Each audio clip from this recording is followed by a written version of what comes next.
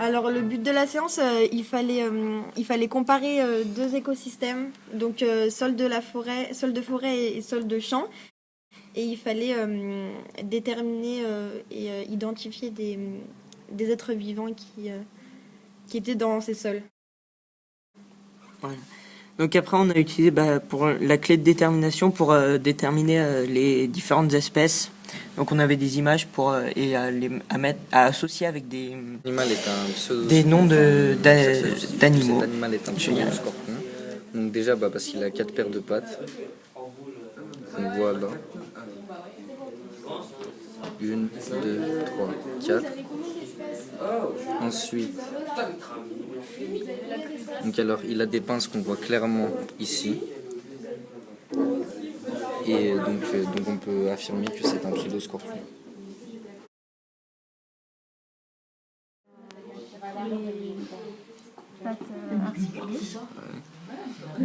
Est-ce qu'il a plus de 4 paires de pattes ou 4 paires de pattes?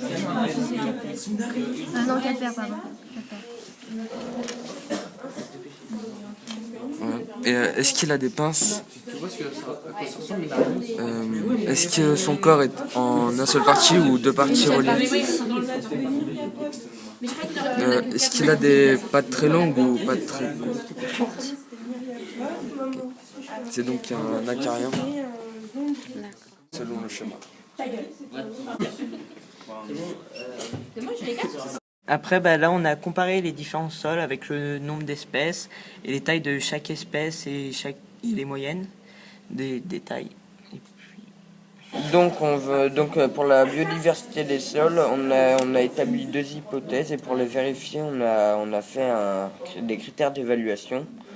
Donc, au départ, avec une loupe, on va repérer les différents êtres vivants qu'il y a dans la forêt et dans les champs. On va les mesurer avec le papier millimétré et après sur l'iPad on va les identifier avec une clé de détermination. Donc on va trouver 3 êtres vivants. Après on va vérifier que le tableau il est complété avec tous les noms qui sont corrects, le nombre qui est bien estimé et la taille moyenne calculée avec le papier millimétré.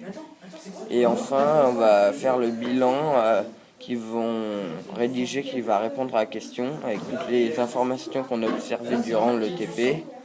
Et on va le dire rédiger correctement et donc on va préciser l'hypothèse finale.